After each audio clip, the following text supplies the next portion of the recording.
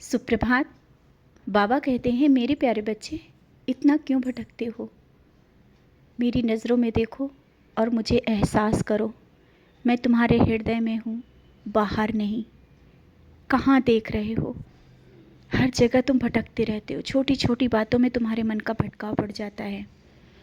जब तुम मुझे अंदर से पहचान पाओगे, तुम्हारे अंदर का डर और जो तुम भटक जाते हो, औरों की बातों में आ जाते हो, तुम्हारा मन बेचैन हो जाता है, ये सब दूर हो जाएगा। सच्चरित एक अध्याय पढ़ो, लेकिन शांत होकर के पढ़ो और समझो। सच्चरित पढ़ने से भी मन को शांति मिलेगी। अगर वो भी नहीं कर सकते हो तो सिर्फ मेरी नज़रों में देखना और ध्यान लगाना। थोड़ी देर ध्यान लगा करके आंखें बंद करो। मन की बेचैनी दूर होगी और तुम्हारे प्रश्नों का जवाब भी मिल जाएगा। देख रहा हूँ कुछ दिनों से तुम बहुत बेचैन हो जाते हो। थोड़ी थोड़ी बातों को लेकर के तुम्हारे अंदर जो बेचैनी होती है, उसका रास्ता बहुत ही जल्दी मिल जाएगा।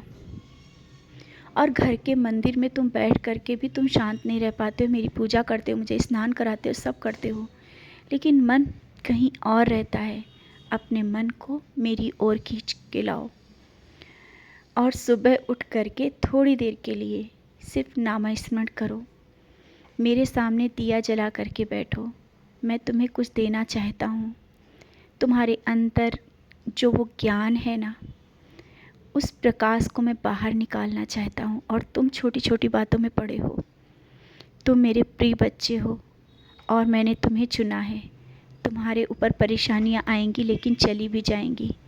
परेशानियाँ हर एक की ज़िंदगी में आती हैं, तुम्हारी ही ज़िंदगी में नहीं आई हैं।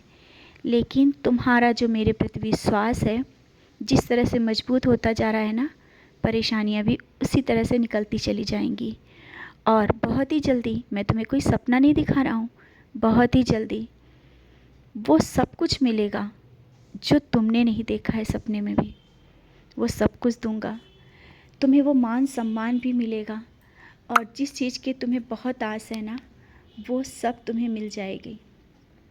घर में खुशियाँ होंगी। ये मत सोचो कि हमेशा ये दिन ऐसे ही बने रहेंगे। दिन सबके बदलते हैं।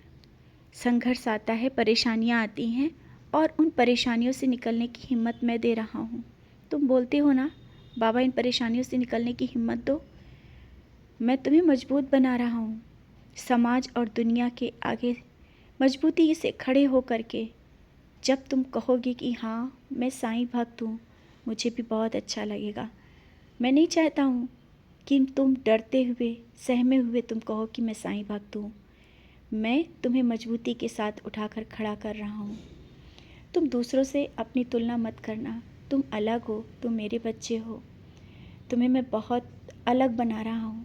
भले ही परेशानियों से निखार रहा हूँ, लेकिन मैं तुम्हें अलग बना करके खड़ा करूँगा।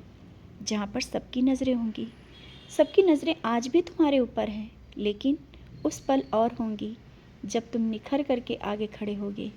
आज लोग भले ही तुम्हें सोचते होंगे कि ये कुछ नहीं है, कुछ नहीं कर पाएगा, लेकिन आगे देखना समय के साथ कैसे परिवर्तन होगा। और हाँ, घर के मंदिर की सफाई भी बहुत ज़रूरी है। समय निकाल करके घर के मंदिर की सफाई करो। करते तो रहते हो, लेकिन कुछ दिनों से तुम्हारे अंदर एक आलस आ रहा है। आलस के कारण कुछ काम भी तुम्हारे घर के छूट रहे हैं, बाहर के भी छूट रहे हैं।